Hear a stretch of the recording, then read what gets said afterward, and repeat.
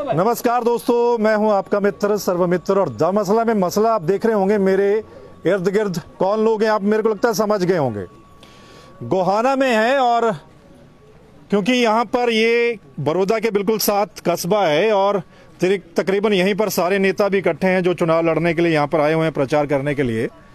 और यहाँ पर कुछ वो लोग भी हैं, यानी कि प्रचार के साथ साथ कुछ प्रदर्शन भी हो रहा है, यानी जिनको शिकायत है कुछ सरकार से, है ना, शिकायत है किसी भी मसले को लेकर, वो लोग इकट्ठा हैं। और मेरे साथ दो कैटेगरी के लोग हैं यहाँ पर, नौजवान हैं सारे, आप देख सकते हैं।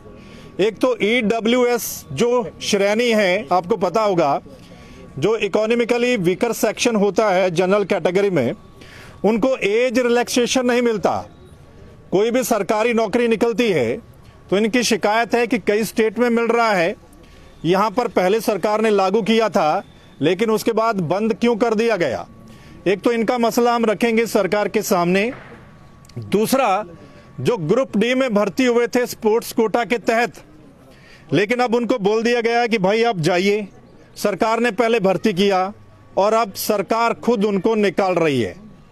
इनका ये कहना है कि कोर्ट में हमारा मसला मजबूत था लेकिन सरकार जो है वो हमें निकालना चाहती है। एक बड़ा मसला है कि सरकार पहले खुद भर्ती करती है, वो डॉक्यूमेंट जो है वो सारे चेक करती है, उसमें सब कुछ ओके है, लेकिन अब उनको लगता है कि इनका जो वो डॉक्यूमेंट है वो अभी ठीक नहीं है। चलिए इसी पर बात करते हैं। EWS के लोग मेरे पास पहले हैं, मैं फिर ग्रुप डी वालों से बात करने वाला हूँ। बताइए, बड़ा लंबा मसला चल रहा है ना आपका? जी बिल्कुल। पिछले कई सालों से चल रहा है। जी बिल्कुल। आप किस किस के पास गए हैं और क्या आश्वासन मिला है और क्या लग रहा है अभी आपको? जी, हम हरियाणा में लगभग 90 में से 40 से 45 विधायकों के पास गए हैं। हाँ। और 10 जो सांसद जी हैं उनमें से 8 सांसद के पास हम जा चुके हैं। हाँ। ऐसा नहीं है कि हमारी बात अभी CM साहब तक नहीं पहुंची है। हमारी बात जो अमित सियाग जी हैं, डबवाड़ी से MLA के कांग्रेस के जो विधायक हैं, उन्होंने हमारी बात CM साहब तक पहुँचा दी है। और लेकिन उन्होंने अभी तक। आप CM से मिले कभी? नहीं, मैं नहीं मिला। हम अनिल विज जी से मिले हैं। हाँ। कुलदीप वत्स जी से मिले हैं, भूपेंद्र हुड्डा जी से मिले हैं, दीपेंद्र हुड्डा जी से मिले हैं। अनिल विज क्या कहते हैं? अनिल विज कहते हैं कि हाँ ये हमसे गलती हुई है, लेकिन अभी वो आश्वासन पे आश्वासन दे रहे हैं। लेकिन अभी गलती हुई है, उन्होंने कहा है कि वो CM के सामने बात रखेंगे। जी बिल्कुल, उन्होंने इस चीज को एक्सेप्ट किया है। हाँ। कि वो ये कब की बात हो गई? ये हो गए कम, जो इसी इलेक्शन से पहले की बात है ये। हाँ। तो उन्होंने बोला था कि हमसे गलती हो गई, लेकिन अभी करेंगे, लेकिन वो ये नहीं पता करेंगे कब। अभी हमारी स्पेशली ये डिमांड है, जो रिसेंटली जो भर्ती चली हुई है अभी हरियाणा पुलिस की, उसको री एडवर्टाइज करके और EWS को दोबारा मतलब 5 साल की छूट देके उनको मौका दिया जाए इसी भर्ती में। हाँ। ये हमारी उनसे डिमांड है। कभी CM से मिलकर कोशिश की आपने? जी, CM साहब से मिलने का हमने कम से कम 5-6 बार टाइम मांगा है। एक बार हम 5 से 6 बार चंडीगढ़ भी गए हैं। हाँ। लेकिन उनसे हमें मिलने के लिए उन्होंने मना कर दिया। डिप्टी CM से? डिप्टी CM से मिला हूं, मैं खुद मिला हूं दिल्ली उनकी कोठी पे। क्या बोले? वो बोले कि हाँ इस चीज को, ये गलती हुई है, इसको कराएंगे, लेकिन ये पता नहीं कब कराएंगे, ये उनके ऊपर है। पता नहीं कब कराएंगे। बिल्कुल। आपको लगता है कुछ हो जाएगा ये जो कब कराएंगे, या आप नेताओं से मिल रहे हैं, कुछ रिस्पांस मिल रहा है आपको? सर, पिछले 17 महीने से हम सरकार के पीछे पीछे घूम रहे हैं। इलेक्शन से पहले हम 10 से 12 बार जा चुके थे। हाँ। जो वहाँ पे OSD मिलते हैं, CM साहब तो कभी बात करते नहीं आके सामने, मतलब हम 17 बार जा चुके हैं CM आवास के ऊपर। तो वहाँ पे OSD साहब कह रहे हैं कि ये फाइल प्रोसेस पे है, ये है, वो है। तो वहाँ पे जब हम चीफ सेक्रेटरी से मिले थे, वहाँ पे एडिशनल चीफ सेक्रेटरी थे विजेंद्र कुमार। हाँ। तो उन्होंने जो लीगल ब्रांच में उन्होंने हमारी फाइल भेजी थी, वहाँ पे तैयार करवा के, हाँ। वहाँ से अप्रूव होके वो CM के पास जा चुकी है। हाँ। अब वहाँ से पता करते हैं, GS3 ब्रांच से कह रहे हैं मतलब हमने फाइल तैयार कर दिया, आपका मैटर लीगल है और आपको मिलना चाहिए, ये आपका हक बनता है। लेकिन वो बाद में पता कौन बोल रहा है आपका हक बनता है, मिलना चाहिए? GS3 ब्रांच से पता किया था, चीफ सेक्रेटरी साहब ने भी उस पे हरी झंडी दी थी। हाँ। और एडिशनल चीफ सेक्रेटरी थे वहाँ पे जो विजेंद्र कुमार। हाँ। उन्होंने कहा था कि जो भी ये मिस्टेक है सिर्फ ये क्लरिकल मिस्टेक है, कोई वो नहीं है। नहीं, इतने साल हो गए, अभी क्लरिकल मिस्टेक चल रही है। अगर आपको लगता है कि आपका हक है, आपको मिलना चाहिए, तो फिर वजह क्या है? कौन नहीं चाहता कि आपको मिले? कौन नहीं चाहता? सर, हम सरकार के हर नुमाइंदे से मिल चुके हैं। हाँ। पहले कह रहे थे कि मतलब हम इसके ऊपर करने वाले हैं, अभी होगा, आपकी फाइल आगे जा चुकी है, CM साहब के बस अप्रूव होना बाकी है। अब बाद में मिले हैं, इलेक्शन के बाद में। अब डिप्टी CM साहब से हम 17 बार 18 बार ग्राउंड लेवल पे मिल चुके हैं। 4 से 5 बार चंडीगढ़ जा चुके हैं उनके पास में। अब उन्होंने मतलब पहले कहते थे हम इसके ऊपर कुछ करने वाले हैं, बहुत जल्द करेंगे कुछ न कुछ इसके ऊपर, लेकिन अब चलिए बताइए, ये कब शुरू हुआ था और बंद कब हो गया? किसने बंद कर दिया? जी मैं आपको थोड़ा पीछे ले जाना चाहूंगा इस चीज पे। हाँ। मई 2013 में हुड्डा जी ने 2 आरक्षण दिए, एक एसबीसी के नाम से और ईबीपीजी के नाम से। हाँ। उन्होंने 5 साल की छूट भी दे रखी थी और सारी छूट, उम्र में छूट, हाइट में छूट, जो भी होती थी वो सारी चीज दे रखी थी। ठीक है। और जैसे ही बीजेपी की गवर्नमेंट बनी 2017 में इन्होंने दोनों आरक्षण बंद कर दिए। अच्छा, ठीक है। और अभी जो दो सरकार तो पहले बन गई 2014 में। नहीं बन गई थी वो बात तो ठीक है, लेकिन स्टार्टिंग में उन्होंने 2 साल लागू रखा। और मतलब पहले कुछ दिया भी है। पहले दिया है, पहले की जो भर्ती हुई थी, हरियाणा पुलिस की भर्ती हुई थी और कलर की भर्ती हुई थी, उन्होंने इसमें ईबीपीजी का आरक्षण दिया था। हाँ, लेकिन जो 2017 में जो 18,000 डी ग्रुप की हुई थी और हरियाणा पुलिस की 7,000 की हुई थी, उन्होंने ना ईबीपीजी का कोई आरक्षण था, ना एसबीसी का और ना ईडब्ल्यूएस का। ईडब्ल्यूएस का तो अभी आया है फरवरी 2019 में। किसने बंद कर दिया पता है? ये बीजेपी गवर्नमेंट ने बंद किया, खट्टर साहब ने बंद किया है, क्योंकि उनका सौतला व्यवहार है जो गरीब सवर्ण है उनके खिलाफ हमेशा से। चलिए, 5 साल की छूट मिलती है इनको। कोई भी भर्ती होती है ना, तो अगर जो जितनी भी एज लिमिट है उसमें इस कैटेगरी को 5 साल की छूट मिलती है कि 5 साल अगर ये बड़े हैं तो भी ये भर्ती हो सकते हैं।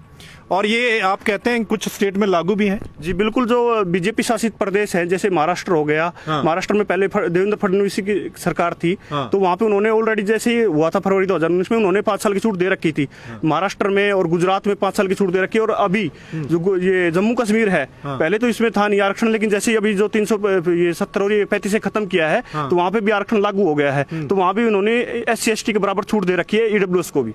ठीक है। चलिए, ये सरकार को सोचना और समझना होगा कि अगर ये प्रावधान किया गया तो इस समय फिर दिक्कत क्या है। इनको मिलना चाहिए, अगर जो हक इनका बनता है वो इनको मिलना चाहिए। और कई साल हो गए, आपने सुन लिया 2017 से ये बंद है, कितने साल हो गए और ये वेट कर रहे हैं उस चीज का। सरकार को इस पर गौर करना चाहिए। जो भी लोग बैठे हैं, सीट पर बैठे हैं, उनको इस पर गौर करना चाहिए कि ये कितने लोग हैं तकरीबन। आप जी, ये कम से कम हमारे हरियाणा में होंगे कम से कम 10 लाख बच्चे, हमारे हरियाणा ईडब्ल्यूएस के बच्चे हैं 10 लाख बच्चे। जी बिल्कुल। और 10,000 बच्चे तो बड़ौदा में हैं अभी हमारे साथ है। जो बड़ौदा में क्यों जुटे हैं अभी? बड़ौदा में इसलिए जुटे हैं क्योंकि अभी यहाँ पे ये संजय भाटिया जी हैं, योगेश्वर दत्त जी हैं, इन्होंने, इनसे हम पहले भी मिले हैं और अब भी आश्वासन दिया कि हम करेंगे, आपका काम करेंगे, लेकिन करेंगे कब ये पता नहीं। योगेश्वर दत्त क्या बोला है? वो बोले हैं कि हम, आपकी ये गलती है, हमारी गलती हुई है, ये सरकार से मैं आपकी गुजारिश करूंगा कि आप किस काम को करें। चलिए देखते हैं, क्योंकि इलेक्शन का टाइम है। इलेक्शन के समय क्या होता है कि सरकार हर चीज को ओके कर देती है ना। क्योंकि बड़ौदा में देखा, इलेक्शन के समय बहुत सारे काम करवा दिए और योगेंद्र जो है वो लगा हुआ है, कोई भी काम आता है वो करवा देता है। इनका मुद्दा क्या वो करवाएंगे, क्या पूरी शिद्दत के साथ वो सरकार के सामने या सीएम के सामने रखेंगे और क्या होता है। चलिए, नेक्स्ट कैटेगरी है ग्रुप डी, जो मैंने पहले आपको बताया। स्पोर्ट्स कोटा के तहत ये भर्ती हुए, लेकिन अब बोल दिया गया कि जाइए बाहर। कितना समय होगा नौकरी करते हुए? देखिए जी, लगभग 2.25 साल हो गए। हाँ।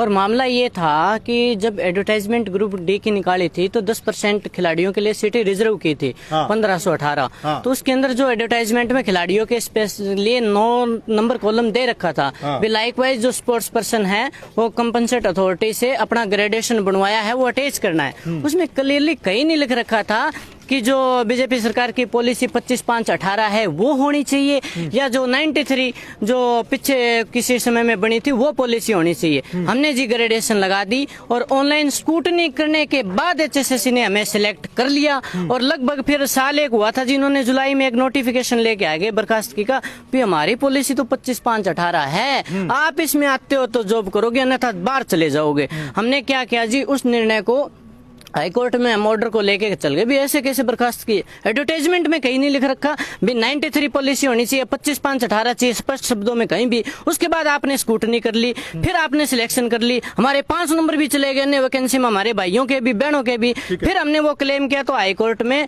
माननीय रामलाल जी और अरुण पल्ली जी की अदालत ने हमारे के ऊपर स्टे दे दिया। उससे पहले काफी साथियों की ज्वाइनिंग नहीं हुई थी, ये कई डिपार्टमेंट आनाकानी कर रहे थे, तो हमने सिंगल बैच में हम गए ना, तो रितु बेरी जी की अदालत ने हमारी ज्वाइनिंग के भी आदेश दे दिए। आप मतलब अदालत कहीं ना कहीं आपका पक्ष मजबूत है? नहीं, तो सरकार ने आपको कोशिश की है निकालने की? अभी मैं बता देता हूँ, सिंगल बैच में हमारे आर्गुमेंट सारे पक्ष में आए थे। सरकार हमारे खिलाफ चली गई थी LPA लेके, भी ये 25/5/18 के अकॉर्डिंग होना चाहिए। अब दुर्भाग्य से हमारा निर्णय आ गया, 7 तारीख को जिरे हुई थी, अब 2-3 दिन पहले वो क्लोज हो गया, डिस्क्लोज, और हमारे को ये आदेश दे दिए कि 25/5/18 की पॉलिसी के अकॉर्डिंग आप खेलते हो, उसके अंदर आपकी पॉलिसी में सर्टिफिकेट है तो आप रहोगे, अन्यथा आप टर्मिनेट हैं। अब आपको हटा दिया गया है या जॉब पर हैं? जल्द हटाने वाले हैं, हटाने क्योंकि आदेश दे दिया गया कोर्ट ने 15 दिन में डॉक्यूमेंट्री प्रस्तुत करें। भाई साहब कैसे करें? ये बंदा हमारा 45 साल का हो गया है, ये अपने समय में खेला, उस समय 93 पॉलिसी थी, इसने अपनी ग्रेजुएशन करवा ली, उसने पढ़ाई की, लग गया, अब क्या करेगा? अब दोबारा खेल सकता है? ये इसकी कंडीशन है। इस तरह के बहुत से साथी हैं, आगे आइए आप,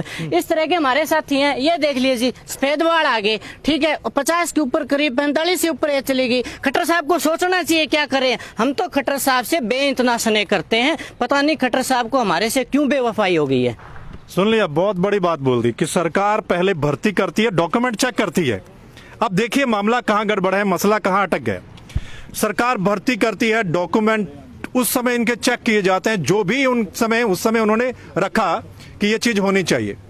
डॉक्यूमेंट चेक किए गए ना, उस समय जिन लोगों ने डॉक्यूमेंट चेक किए, अब गाज तो उन पर गिरनी चाहिए कि मामला क्या है। अब एक नया शिगुफा लेकर आ गए कि इस तहत आपका होना चाहिए, नौकरी कर रहे हैं, तो मतलब ये है हमारा सिस्टम। आप ध्यान से सोचिएगा इस पर, ये है हमारा सिस्टम। सरकारी नौकरी कर रहे हैं, सारे इनके डॉक्यूमेंट चेक करके इनको भर्ती किया जाता है, लेकिन अब कहते हैं कि नहीं आप जाइए, आपका ये जो है, आपका जो सर्टिफिकेट है वो उस लेवल का नहीं है। ये देखिए ऐसे चलता है हमारा सिस्टम। अब क्या करेंगे आप? कौन बोलेगा? आप बोलेंगे?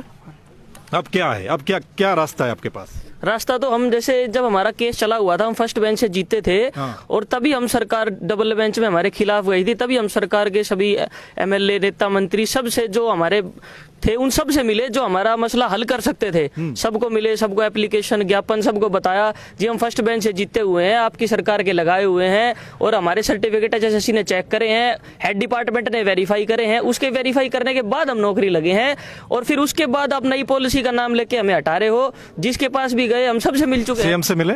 सीएम साहब से मिल नहीं पाए। सीएम साहब की रथ यात्रा चल रही थी, तो उस टाइम हमने सीएम साहब के एप्लीकेशन दी थी, उनके रथ के आगे आके। स्पोर्ट्स मिनिस्टर से मिले? स्पोर्ट्स मिनिस्टर जी से हम 10 बार मिल चुके हैं। क्या बोला? स्पोर्ट्स मिनिस्टर जी बोलते हैं आइए मेरा मामला संज्ञान में है। जब केस का ऑर्डर मतलब हमारे फेवर में था और डबल बेंच में हियरिंग चल रही थी, तब हम उनसे मिले थे, जब तक डिसीजन नहीं आया था। बोले कोई बात नहीं, मैं आपका पक्ष मजबूती से रखूंगा और आपकी नौकरी को नहीं जाने दिया जाएगा। चलिए, सुन लिया आपने।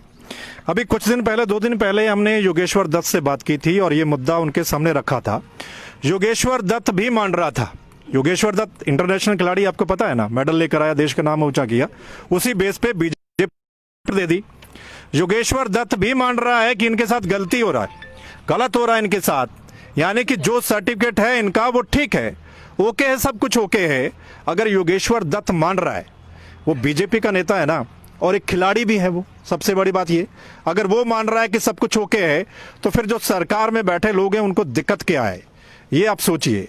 और अब योगेश्वर दत्त से हमने कहा कि आप पैरवी करोगे इनकी, तो उन्होंने कहा कि हाँ मैं पैरवी करूंगा। ऑन द रिकॉर्ड हमारे कैमरे पर वो बोले हैं। देखना होगा योगेश्वर दत्त अब कितनी पैरवी करते हैं लोगों की, सीएम के सामने रखते हैं, उसके बाद सीएम क्या करते हैं।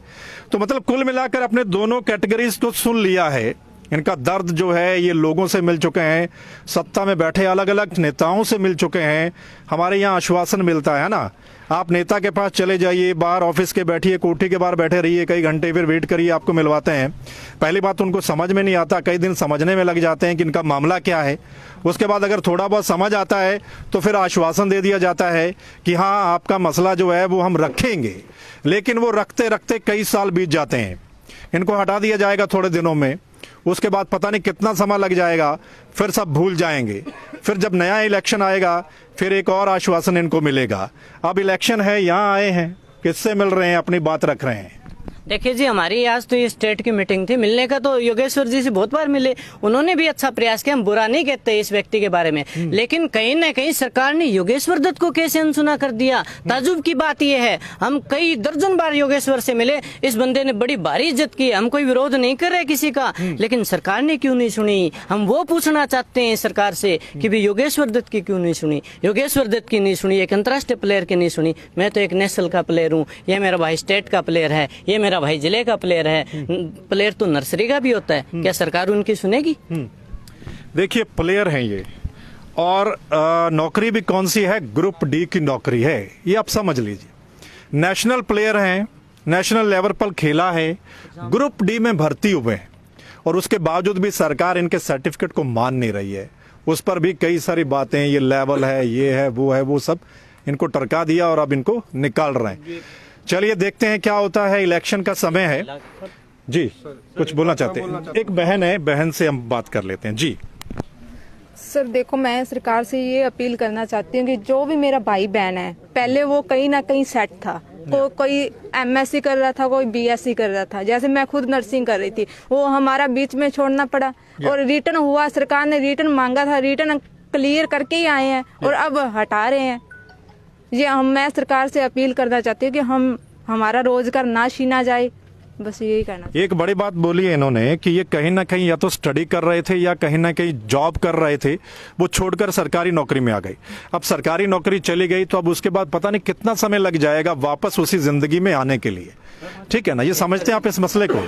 जी सर जी नमस्कार जी। सर पुरानी पॉलिसी के तहत पहले ग्रेडेशन बन गई सर। हाँ। एक फैक्ट की बात मैं ये बता रहा हूँ जी, कि आप इसको दुर्भाग्यपूर्ण मान लीजिए कि ओल्ड ग्रेडेशन पे इतनी ज़्यादा हायर क्वालिफिकेशन थोपी गई है सर। हाँ। पहले क्या था कि सर कि जो जिसके पास ग्रेडेशन ओल्ड पॉलिसी के तहत, चाहे वो डी से हो चाहे वो, उसकी क्या है एनआईएस हो जाती थी। एनआईएस करके आज वो वैलिड एनआईएस होगी, उसके पास एनआईएस है जी। एनआईएस करके हरियाणा के अंदर सी ग्रेड की जॉब है जी। हाँ। ठीक है जी, सीधा का सीधा सी ग्रेड में लगेगा एनआईएस। एनआईएस किस बेस पे हुई जी? हाँ। ओल्ड पॉलिसी के तहत पे हुई। ठीक है। ओल्ड पॉलिसी मैंने बीपीएड किया जी। हाँ। मैंने ओल्ड पॉलिसी पे की जी। ठीक है। उसके बाद मैंने 8.5 साल प्राइवेट सेक्टर में मैंने जॉब करी है जी। हाँ। माननीय एचआरडी मिनिस्टर स्मृति ईरानी द्वारा मुझे प्रशंसा पत्र भी मिला है जी। हाँ। अब क्या है जी, अब शर्मिंदा होना पड़ता है जी। गांव में जाते हैं जी, हर आदमी को इस मामले का पता नहीं है सर कि भी सच्चाई क्या है, लेकिन वो क्या कहते हैं, ठीक है फर्जी था ये फर्जी था, ये कलंक हमारे ऊपर हमेशा रहेगा जी। कहने का मतलब चलिए सुन लिया, सुन लिया। खुद ये एनआईसी की जो बात है, आर्चरी के कोच है खुद सरकार ने लगाए हैं। आर्चरी के कोचों की आप ग्रुप डी में उसकी ग्रेड नहीं बन रही है और कोच लग रहे हैं, ग्रुप सी में लग रहे हैं और डी में उसकी ग्रेड नहीं बन रही है नई पॉलिसी के अनुसार। तो पॉलिसी जी किसी भी एंगल से खिलाड़ी के पक्ष में नहीं है।